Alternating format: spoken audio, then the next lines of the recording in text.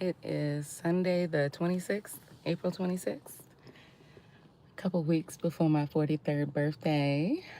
I'm getting ready to enjoy that coming up here soon. Enjoy it as much as possible. Let me say that. Hopefully, I don't have to file 20 police reports in between now and then, but if I have to, I will. I certainly will. So, this last week, of course, I filed a police report online regarding my stolen mail, regarding my mail being rerouted. Um, I put in the police report the people I know who is doing this. And of course, I did a follow up because I had to go down to the police station because it involves basically robbery, burglary, and all that other stuff. So I filed an update to that police report as well. Got my little police card. I have been waiting to be contacted by USPS. As I said before, I filed two other complaints in the past when I lived on Parsons and my mail was being stolen. I left bad reviews on the USPS site down on Ennis Road. Left them bad reviews, left them many bad reviews, and went to Twin Rivers and they were closed. So, again, I filed another police report. They did not contact me, they did not respond to my email that I did send. Nothing has been done. So, this robbery with these loans attached to my name, my social security number, the ID that they're using, they have all the help and support that they have. They need it. So, this has been going on for 2 years with the help of a bunch of unprofessional people who have that position, who have that authority to overlook who I really am and help these criminals. I have another necklace like this, but it's a full symbol without the ankh in it. It's just the full country of Africa here, and or the continent of Africa here, and it has like the flags of each country in it. They stole that from my house recently. I would say within the last 2 weeks, because the breaking and entering is still going on. Um, Everybody helps them. It wouldn't matter if I got my locks changed. It wouldn't matter if I had cameras in my home. When I was on Parsons, my Ring camera, um, they were able to get past that. And of course, the Wi Fi internet that I had through Spectrum, they were able to scramble my router so that, either videos I had in my phone or whatever was being recorded would either disappear or not really record them every time they were breaking into my house then. So, you know, it wouldn't be any different where I live now. If I got internet, they would just scramble it. And what happens is when you do that on the Ring camera and you go back to look at the footage, when they are scrambling the Wi Fi router, what happens is there will be footage, right, of maybe say 3 to 5 o'clock that is no longer available. So if I leave at 1 o'clock and they give it some time so that I don't come back in the house real quick for something maybe I left behind for any reason, 3 o'clock will come and then that footage will all just be black for whatever time they're in my home until the time they're gone off the property, away so that it's not really able to be caught, be seen, or anything like that. So I take all the necessary measures to take care of myself and also to protect myself. I can only use the law when I can, and it wouldn't matter if I got a lawyer and spent all that money, things would just be blocked in between because a lawyer can't file charges, right? Or maybe they can, but it wouldn't work out on my behalf, even though I've spoken nothing but reality and facts. It does involve always Jaffa. These are the things that foreigners do when they come to our country. They'll do anything for citizenship. I am an African American woman. I am stereotyped. I should not be. No African American should be stereotyped, but I fall within that category, and nothing will change. It didn't change for Sandra Bland. It did not change for Trayvon Martin. It did not change for any African Americans that have been subject to the law that did not get just, right? Even Martin Luther King talked about this. Many Black people still talk about this, people who have positions of power, and they are good African Americans who are trying to balance out this world that we live in. It is unfortunate, but the universe has always been on my side since birth. I have always had strength. I've always had courage. This is the tactics that I brought to my job. This is the personality that I bring to my jobs. I didn't earn that position at the previous company I worked for because I didn't do the job. I always did the work. It didn't matter what job I have had since I was 16 years old, and I had a part-time job in the summertime in high school. And I worked at a Tarkington building downtown just doing filing, or on the eastern side of the city, just doing filing for summer work. I've always worked well. No one's ever really questioned my character because I am who I am. I stay the same throughout my life. And that is why I did have friends for 15, 20 years. I never bothered them. I didn't ask them for money. I didn't ask them to pay for my vacation, help me get my car fixed, help me pay my rent. Like I said, Chase Bank is not going to validate any of that. I always had money, and this is the first year I've lived check to check, but I'm doing okay. This is the first year I've made the least money that I've ever made. I'd probably say since 2012, maybe 2012. But because I am solid, I am resilient, these things are not something that I grew into. I was just born that way. And I'm not trying to say I'm better than anyone else at all, not by far. But I do fit the pieces of my life and others around me to make things work. So, as I've said before, I have been pulled over 80 plus times. I know what my lot in life is, right? If you live in the same cycles, then typically the same things constantly happen. So, this is what I will tell you. One of the last times I got pulled over, which was August 3rd of 2024, I'm driving the same car. I'm coming back from Virginia.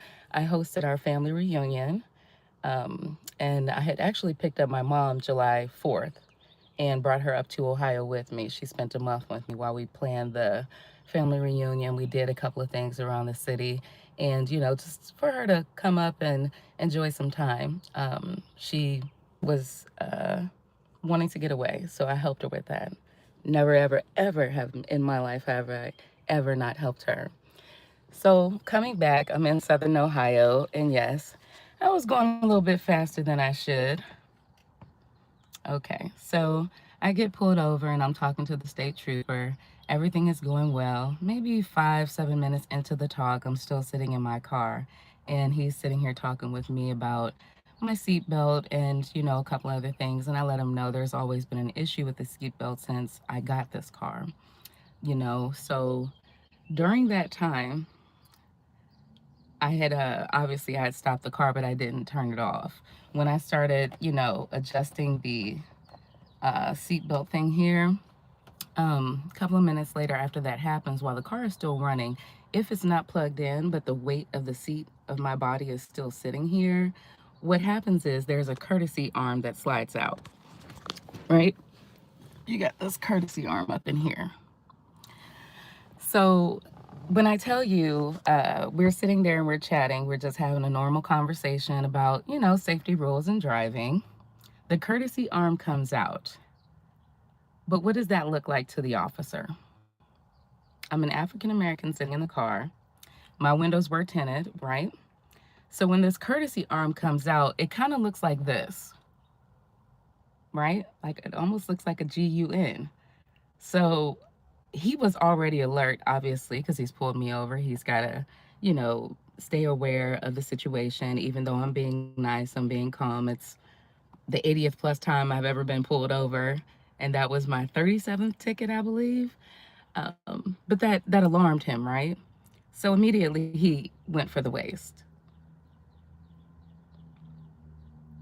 I say that because I don't get any breaks in society. There's never been a time where I either haven't spoken for myself or needed to speak for myself. And I explained myself very well, whatever the situation may be. But that didn't stop him.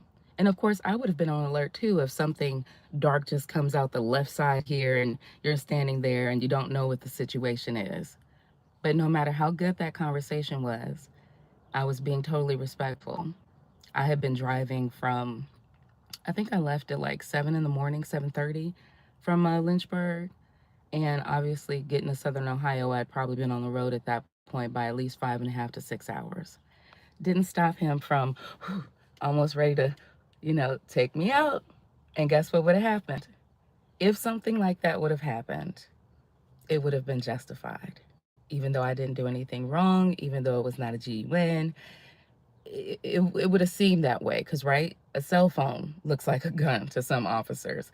A vape pen, a key tag, anything like that comes out of nowhere when you're African American looks like a gun to them. And they have popped off and killed thousands of us. Many mothers and fathers have lost their sons, their daughters, their adult children, and their young children because there is no breaks for African Americans in America. Needless to say, he goes, "Oh my God," And I said, "It's okay, it's okay." And he said, "Why did that happen?" I said, "What kind of car do you drive?" And I believe he said like a GMC, something like that, basically an American made car. When you drive foreign cars, there is a lot of courtesy options in your car. So, what that courtesy arm is just to remind you that your car is still running, you're sitting in the seat, put your seatbelt on. That's all it is. There are a lot of reminders in society that people do not pay attention to, or they're not aware of, or they just simply don't care. When their safety is, put at risk, no matter even though it was something safe that he should have been aware of, it still put him at risk. Even though I had nothing in my car as usual for the 80th plus time. Um, I've never had to have my car searched or anything like that. It did not matter. You understand? So why? Why would I change who I am? These things y'all are doing still don't matter to me.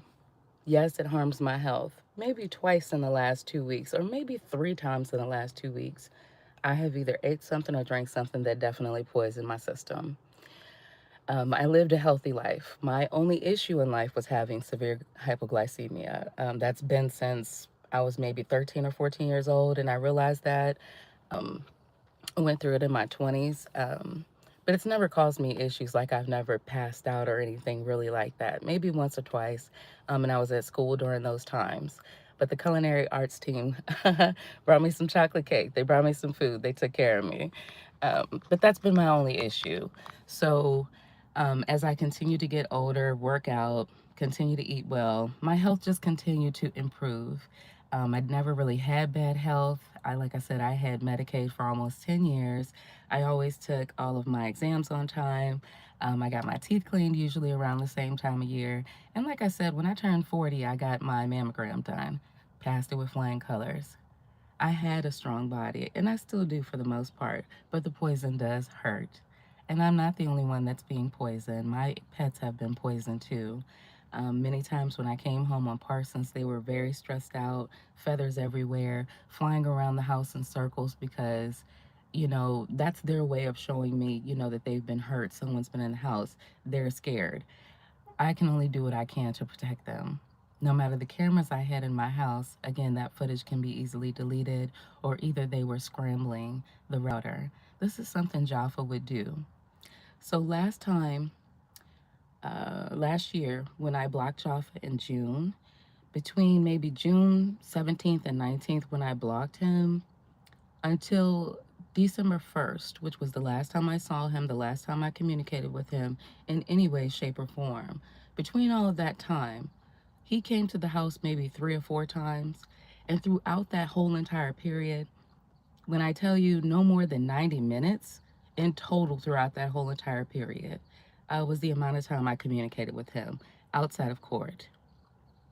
When we went to court on July 10th, I explained to the judge that is not noble that I experienced discrimination, racism, harm, and abuse throughout the marriage. When I filed for divorce on May 2nd, I put this in my filing. Nothing was done. It was not acknowledged. There were so many people already invested in blocking me and hurting me that even though I clearly explained what was going on, the obstruction that I experienced in my marriage on July 10th, it was overlooked. It was not heard of. The divorce hearings, July 10th, October 10th, and 12/1, was recorded video and audio. And like I said, even in the courtroom on July 10th, there was a young black lady sitting towards the back of the courtroom, besides the court attendant that was in there, the one who checked us in, Jaffa and his lawyer, and the judge. We were the only ones in the room. On October 10th, it was that same court attendant, the gentleman there, Jaffa's lawyer, Jaffa, and the judge. And they were the only ones there. And the same thing happened on 12/1. However, there was that black lady that drives that Mercedes that was driving past my house as well, yelling things, beeping her horn, following me around the city. She was present that day on 12/1. When I signed the divorce decree initially in the mediation room, they took my divorce decree, and about 40 minutes later, that's when they called us back into the courtroom. That black lady that drives that Mercedes SUV that's been following me around downtown too, and also Parsons and different sides of town. She went in there and she grabbed that paperwork, I assume, from the judge or whoever else was in there, and she did something with that paperwork. Whenever they were done, she came back and brought that paperwork into the courtroom. And then maybe 5, 10 minutes later, they called us in so we could get the divorce finalized. Whatever they stole, part of it was in the divorce decree. A lot of information was left out of the divorce decree so that I would not know. Whoever they had impersonating me to validate whatever claims they have made is not something I am fully aware of because they did this fraudulently. I have contacted the Crime Gang Stalkers Unit here in Columbus, Ohio, twice, and they have returned my call. But to me, that's just feeding information. I know that they are not interested in helping me because what I've told them before already has been serious enough, and I have the police reports to back it up. I just will continue to post on my LinkedIn page because no one should have control over my YouTube channel at all in any way. I have 4 YouTube channels. I never gave anyone permission to do anything like that. I never gave anyone permission to take any of my content. But Java has done something with this group, again, that I'm not aware of because they keep blocking my mail, they control my communications, and they just continuously back up their steps by doing anything that I'm already doing and acting like me or pushing whatever I'm doing down. Everything that I do is suppressed and blocked. There is no proof that I've ever hurt anyone in my family, whether it was my dad, the Fleshman's family, or my mom's family in Virginia. I have the proof of that, and already I have phone records to prove it. I never had a reason to be away from them until the assassin let me know that everyone around the families were fully aware of what was going on, and I was not. Everyone has known that I am not aware of these crimes that Jaffa was committing with the family members, with the people in the community, with my employer. Now, that VP Jim, yeah, I worked very well with him. I worked very well, but he did not do anything to acknowledge any of the progress that I was making at that property. I did my job well. I executed it well. The reviews went high. The Facebook pages and Instagram pages had a lot of great interactions with residents on there. We did resident events. I did Pets of the Month because I had done that at my 2 or 3 other previous properties. I was a wonderful community manager, but I also worked with a VP who did not acknowledge anything that I did. He kept me away from the monthly meetings that require reports and things like that property managers are supposed to be involved in. But again, I also was the only Black female that worked for them at the time. My contract was not honored, my PTO was not honored, my commission was not paid right. And in August, he went out and bought him a black BMW, or at least leased it, to spite me. The mockery, of course, is never flattering, but it did not mean that I was not experiencing it. I have already spoken about this. Of course, I will call your name. I will call anybody's name because I don't call people names. I'm not going to call people fool. Oh, you're dumb. Oh, this. Oh, that dummy this and that dummy that. I have no reason to do that. I know your name. I'm not being subliminal. My facts are not subliminal. Imagine that. I never spoke subliminally before. Sometimes I'll use a metaphor, right? Sometimes I'll use a metaphor, but not realistically, not when things need to be spoken of, not when the truth is on the table, reality is there, and I don't do that. When it's time to speak, I will speak. And again, the only reason why I don't go live very much is because they take these videos and recreate them to however they want to recreate them. I can only tell you that there's privileged people around me that will lie and get what they want. There isn't anything I can do about it because it's done behind my back, not in my face. These conversations about me have gone on and on and on, and none of it's true. But this is also why they cannot bring it to my table. They cannot bring it to my presence because they know it's not real. But they have the power and they have the privilege to keep on blocking, to have these backdoor conversations about me, and this harm and injustice will continue against me because African Americans don't get justice in this country. No, I did not run around and beg people to help me. Yes, I have been without money. I didn't ask anybody for any. I just waited till I got paid. That's what a normal American would do. I don't overspend, but I do have to take care of me and my pets. So once I pay my cards off, I have to then use that money on those cards and that credit to, make sure things are well in our lives for the most part. I don't care who you pay. I don't care what their titles are. I don't care what age they are. Y'all use everybody. Jaffa uses everybody. The group uses everybody because, again, they have this control. And why am I not running? Because I'm not a track star. I'm going to stay right here. I'm going to be right here. It doesn't matter what they have said. It does not matter what they have validated on paper. I've never had these issues that they claim. They were able to get by because they used the right people to ensure that they would get by because people got paid, people got promotions. People are blocking everything about me. There is nothing about me that's outrageous, ferocious, malicious, or anything. I didn't grow to this point. Again, I'll be 43 in a couple of weeks. I didn't grow to this point. I've been this way my whole entire life. This is how I've worked. This is how I lived. This is how I was able to keep the same friends for many years until these rumors and invasion of my privacy started. Right now, my phone is still cloned. There is an interface of my phone shared with many, many criminals across this whole world so that they can mock, so that they can grow too, because I'm not speaking in a negative manner. They learn, they watch, and they grow, and then come back with a knife for me. Well, here's my heart. Go ahead. Go right ahead. It's not going to change my actions. It's not going to change the way I speak. It's not going to change the way I do things. I am a person who has always lived in society. I've never been hidden. I'm not going to be hidden. And again, I don't care who y'all pay and who y'all help. I think they need to hire some new people. I'm not sure what's going on with y'all's group.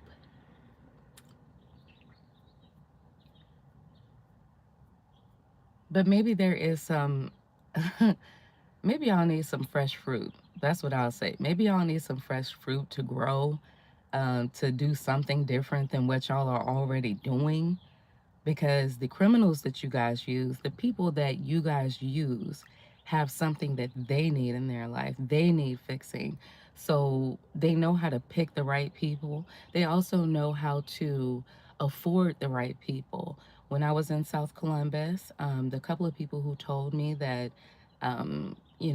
they're watching you, they're seeing things about you, had already signed contracts with a few of these people in the group so that their store can have items in it for sale, or they can get quicker contracts with whatever they were selling in their stores. Maybe they just opened up. Maybe they had some fines. Maybe they had some permits that they needed to get pushed through. These people in these groups were able to convince them to watch over her, to report back anything she's doing, whatever she's buying. Where is the proof that I've done anything wrong, other than the last 20 years of me getting speeding tickets and so forth and so forth? Where's the proof that I've done anything wrong? I've never been arrested in Ohio or Virginia. I've never been arrested. I've never been put in the back of a police car. Where's the proof? I never signed any papers so that I could be exploited in my home and have illegal surveillance in my home, around my home, or in my car. I've never signed an NDA for what? Anything that I've been a witness to, either I've reported it or either I have been on trial for it, like I said, in Virginia when I was younger. So I am no criminal outside of speeding tickets and other tickets, maybe a little infraction, something here and there. Um, there's no proof. So, like I said, the day me and Jaffa got married, he quit his job. I moved him into our house. We did have, a couple of dollars. It's not like we was like broke or anything like that. We had some money saved up, so it was okay. I had my own money saved up. He had his own money. So when he quit his job, he said, things were not going good at the tire shop. I used to come visit him at the tire shop in between us getting married so that, we could chat. I'd bring him some food and stuff over there. But he told me he was arguing back and forth a little bit with one of the brothers of the owners of the tire shop on Courtright. So when he got married to me, he said he wanted to leave that job. He started looking for some jobs in home remodeling, tire shops as well too. He went and worked at Cat's Tires for a little bit, off and on. But for the first 2 weeks, he really wasn't working. He was staying at home. So when the guy came over to paint the fence, and now I'm at work during the day, Jaffa comes out to talk to this man. Why are you talking to this man painting the fence? It has nothing to do with you. I don't know why. Has absolutely nothing to do with you. Um,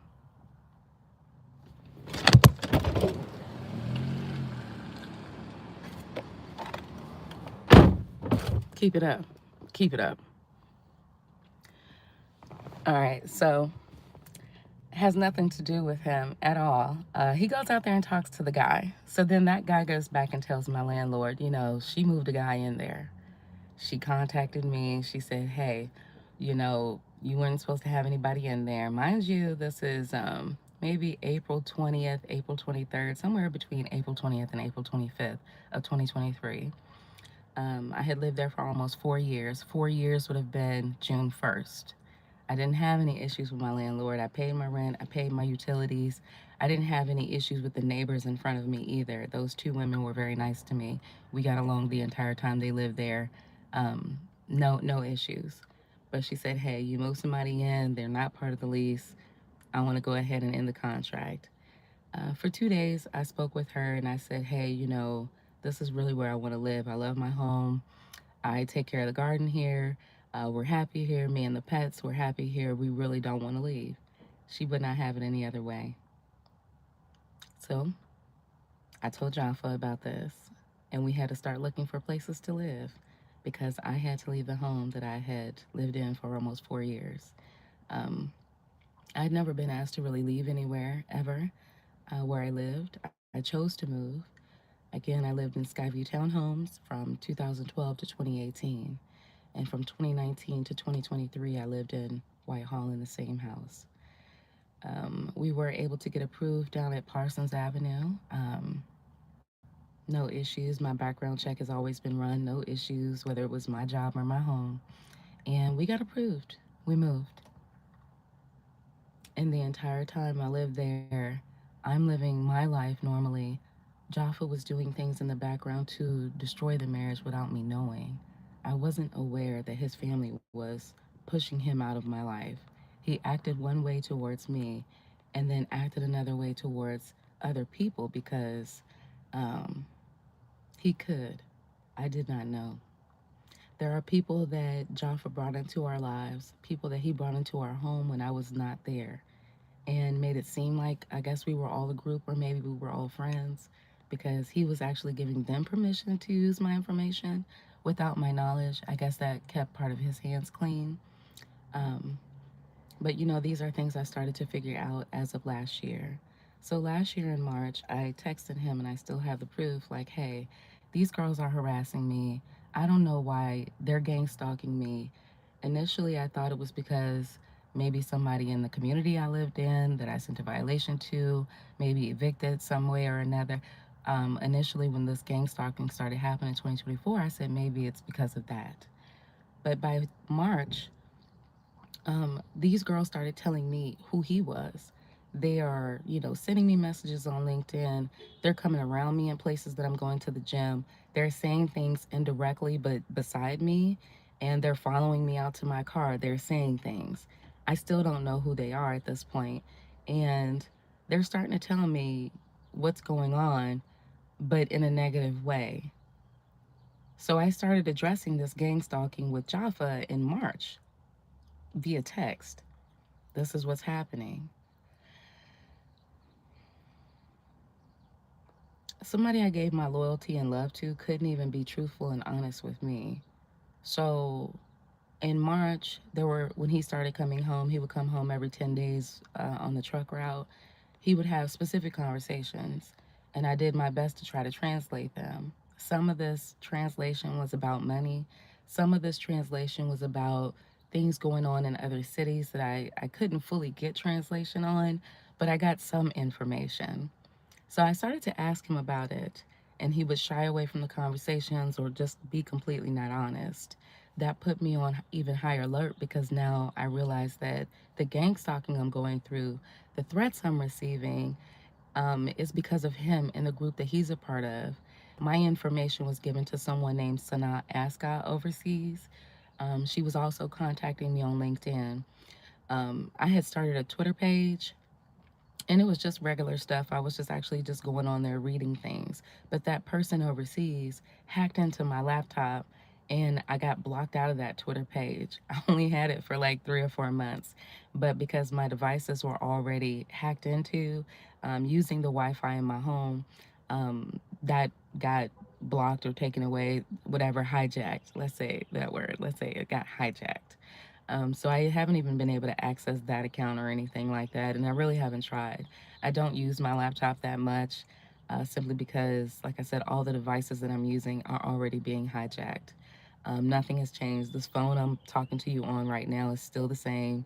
They can see everything. They look at all my text messages. They have access to my emails, all of that stuff. So anything I report, any email I send, for whatever reason, they have access to it so that their impersonator can continue to act like me and they can get away with their crimes.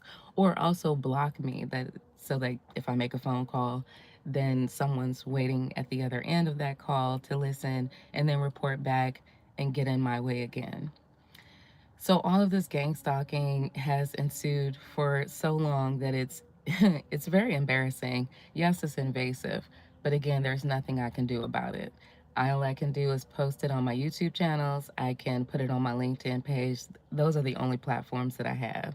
I do not have Facebook. I never should have been on anyone's dark web or anything like that. Speaking of the dark web, one of the stores I went to in South Columbus, it was last year, maybe it was July or August when I went there. Went there a couple of times, and the guy was, trying to be flirty with me. Get over yourself. Like, really get over yourself. But he had a reason to because he had videos of me in his phone. He had a link to something that was attached to me, but not nothing I gave permission to. Two of the videos that he showed me were videos that I had sent Jaffa in September of 2024, and one was in December of 2024. Of course, at the time, our marriage was still good, so I was sending him some cute stuff while he was in the truck. Um, You know, it was old videos though, but by the time he had got it, I'm talking summer 2025, these videos were 7, 8, 9, 10 months old. I don't know what other information he had, but at that time he told me like, you know, hey, I like you. I like you. Doesn't matter to me. You shouldn't have these things. I was very embarrassed. I'm 40 plus years old. I didn't do that at 20. I didn't do that at 30. It never should have happened during my marriage, but it was a part of it. Nothing I can do because, again, my phone is closed so they can get in and get pictures and videos and all this other stuff. But what they can't do is approach me with the things that they have made up directly, because it has to work out in their favor. Has to work out in their favor. So even if I go to another place 5 miles away from here, and then I go again to that place 5 miles away from here, maybe 1 week later, 2 weeks later. In between time, someone has already contacted that store, someone has already been to that store and said, hey, you know, she's a thief, she's a liar, she's this, she's that, people are gonna kill her, people are this and that. This is what the woman in the Buick was doing, her and her group was doing, a couple of other people. And still nothing has been done, even though I reported her twice. Nothing has been done. Not a single call from anyone to say, hey, we want to follow up with you on this. We have found some facts. We know what's going on. Nothing has been done. The right people can run my social security number. The only money I made the entire marriage was from what I worked for, which was at a job working 40 hours a week. I will not validate unemployment. I didn't receive any. I was not terminated from my job. I walked away, even though these girls that were gang stalking me said that they were trying to get me fired. Again, that VP, he never acknowledged any of the good things that I did. I know every single thing that I did every day that I was there. I had no issues with anyone there. They made up issues in the background because they had the hand to do it. They had the power and the permission to do these things. I was a great employee. I was a great employee. All of my inspections were completed. I never had issues with the city of Columbus. We didn't receive violations, any of that, because I was in charge. But you think I got a pat on the back for that? No. You think there was any, um, you know, compliments or anything I received? No. It's not because I didn't earn it. I didn't deserve it. That was my job. I worked for that. But because they were already stabbing me in the back, I had no choice. I never had anything against my employer. I'm not built that way. I chose the job. And when I didn't want to work there anymore, I said, hey, you know, why am I not getting this recognition? It's time for me to walk away. I wanted to fulfill my retirement plan. Jaffa got his LLC, I believe, in July, August of 2024. I got my LLC in October 2024 because that was part of the plan that we were creating so that I could do an early retirement and work on my hot dog stand. You know, I built up my menu in between time. Everybody knows I eat bison meat. Everybody knows I eat beef bacon. All of the recipes that were on my Tinderbox Hotties menu was because those are the things that I like to eat. And those names I created, the Cowboy Hottie, the Brisbane Hottie, the Huncho Doggy, all of that was me. Everybody knows my personality. Plus, American hot dogs are, you know, one of the finer things in America, right? So I created my menu and I did everything I was supposed to do. And Jaffa said, you know, hey, we're going to go look for places. So that's what we did on February 4th or 5th last year. After I left my job, that's what we did. We rode around the city for a couple of days. And I went and visited a few places, met with a few people, did some walkthroughs. And of course, once Jaffa got back on the road, I did FaceTime calls with him with the other few places that I had contacted that he could not be present for. By the end of April, when it was time for me to take my real estate exam, he started arguing with me because of the things he was doing in the background I was not aware of. And as his group continued to come down on him or, you know, make him invade my privacy when I do YouTube live streams if I'm driving around town, oh, because nobody's supposed to see me, nobody's supposed to be around me, nobody is supposed to like me. He played that game and he argued constantly. He would start fights. So then I started to address the gang stalking in March. By April 14th of last year, I was done with it. I called him and I asked him about these things. He did not want to talk about it. When I came home, I said I choose me. And I contacted Jaffa later on that night, and I said, your cousin that's here, he had a cousin that came to Ohio so that I could help teach his cousin English. His name was Lath, which I did teach him English. I said, we're done. Like, we're done. I don't care anymore. We had already signed the third lease at the house, and it was for 6 months because, according to him, in January, February, we were supposed to buy a house together, get a house together, and move. All of that was fake. I said, come on home because your cousin's got to go. We're done. There's nothing we can do. Yes, I was upset at the time, but we were done. He came home April 16th. Try to work out some differences. And I don't mean work out our differences to stay together, but I wanted answers for all of this pain and the attacks and everything else that I had experienced because it was because of him. Now, let me take it back. No, let me move it forward a little bit. April 16th, he came home. Within 2 days, Lath got on a plane and went back to North Carolina. Jaffa stayed home for at least maybe another couple of days to a week, and he got back on the road. Before he left, he was putting things in my coffee and in my food that if I made breakfast or dinner and I'd save some to the side, he was putting things in my food. It was not a good feeling that I had. Now, I make good food, and since y'all were illegally surveillancing me, you know I made good food. You know I prepared good food. Jaffa would not eat the leftovers, even though there was nothing wrong with it. He would not eat the leftovers because he knew he had already poisoned the food. So on, let me say, maybe May 3rd to May 5th of last year, everything was poisoned in the home. The seasoning, the sauces in the fridge, the ice cream, the milk, the fruit, everything was poisoned. So I literally cleaned out the whole entire fridge. I threw away everything in the cabinets.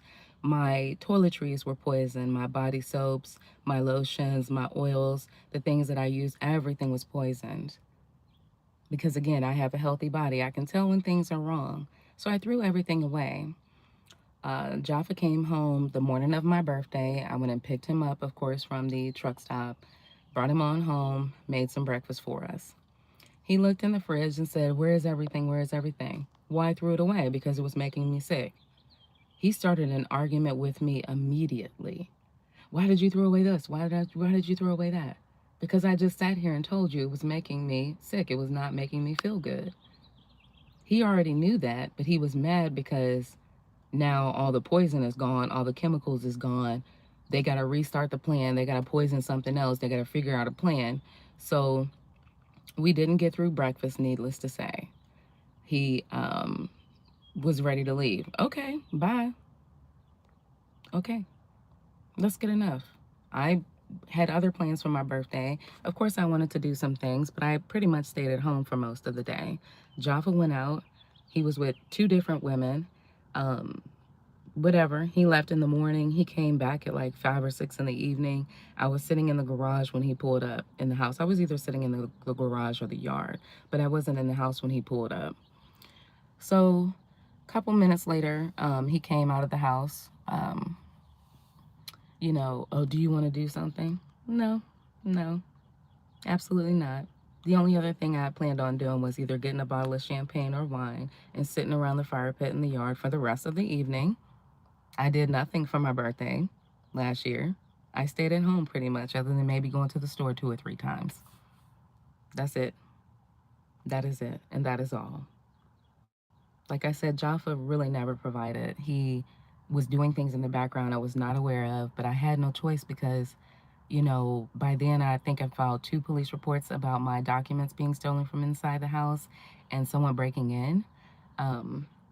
But all I could do was just continue to go on. Plus, I had already filed for divorce May 2nd, so I knew that he was going to get served eventually. I paid for him to get served instead of the filing being mailed to the house. I paid for the sheriff to serve Jaffa. The sheriff came by to serve Jaffa on May 8th. Obviously, he was not there yet because he was still on the road. I said he's supposed to be here on tomorrow for my birthday or within the next couple of days.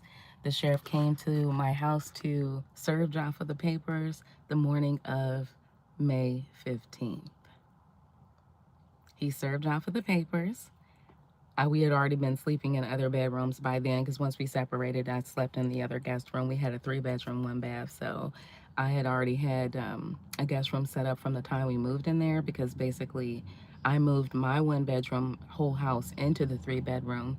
He had an apartment where he had his own stuff in the apartment. So we basically put my house and his apartment together and put it all in our 3 bedroom. So, there was enough space, obviously. And I was hoping that family would also come visit, but my mom was the only one that eventually came. So the sheriff served him the papers. He was upset because for some reason or another, he had already had plans on May 15th last year to do something. I don't know. Because once I separated from him April 14th of last year and filed for divorce, I had lived in full separation. Full separation. Um, None of that has changed. I never went back. There was no reason for me to because I was left without answers. I was being gang stalked and I was being harassed. Plus, I was being poisoned and my pets were being poisoned. The plants that were on the side of my house, I would come home and I would see chemicals inside the plants too. It was like some white crystally looking stuff. Um, there were people peeing in the plants of my house, like literally pissing in the plants. There hasn't been any space of mine that has not been invaded by these criminals, by these gang stalkers, by these foreigners committing domestic terrorism and international terrorism to line their pockets up, to break down the life of an African American. Yes, you broke a lot of things in my life, but it is my ancestors who are from here. It is their blood here. It is who they are buried. They are the ones buried here, not yours. I will continue to be brave. I will continue to be strong. I will continue to be Jessica. I have no other way and I will not change. So I said, I will not file police reports for another year. But baby, I will. You know I'm going to do it. I ain't going to change that. If that's what I got to do and keep on going live, then that's what I got to do. This is not a joke for me. Anybody that I've been around, whether it was work or my neighbors or any community that I've lived in, if I could stand up for you, I certainly will. Again, I don't just get things my way in my life. I've had to work for it. I've never been any grace given. I've had to work through it. I've had to pay for it, which is no problem. Even if all my bills are paid, right, and I don't have any money left, I'm still paid. That's what we used to say in the 80s. I'm still paid because everything is taken care of. You expect me to go get this and go get that so I can help myself? No. And I'm gonna still go eat that tomahawk steak in a couple of weeks. You can follow me there. Follow me anywhere. When I see you, I'm going to acknowledge it and turn the other way. I'm going to juke you guys. I'm going to turn the other way. I'm going to leave. I'm going to do whatever because I don't want to be around you. You don't know me. You don't know me. But what you do know is that I don't want to be around you. I don't care about your grimace. I don't care about your frown. I don't care. But if you think I'm going to stop, try me and keep trying me. There's a soldier in me that will never stop this fight. You're not meritable. You didn't earn those badges. But you can keep going because you have the pull to do so. You have the strings to do so. Now it's time for me to go, eat some breakfast and things like that. I'm going to go on in the house and do what I got to do because my day has already started, obviously. And, got to still live within my reality because that's what I'm going to do. And keep it moving. Tomorrow is Monday. Today starts a new week. Yesterday started a new week. Last week was a new week. It's still going to be new for me. It's always going to be new for me.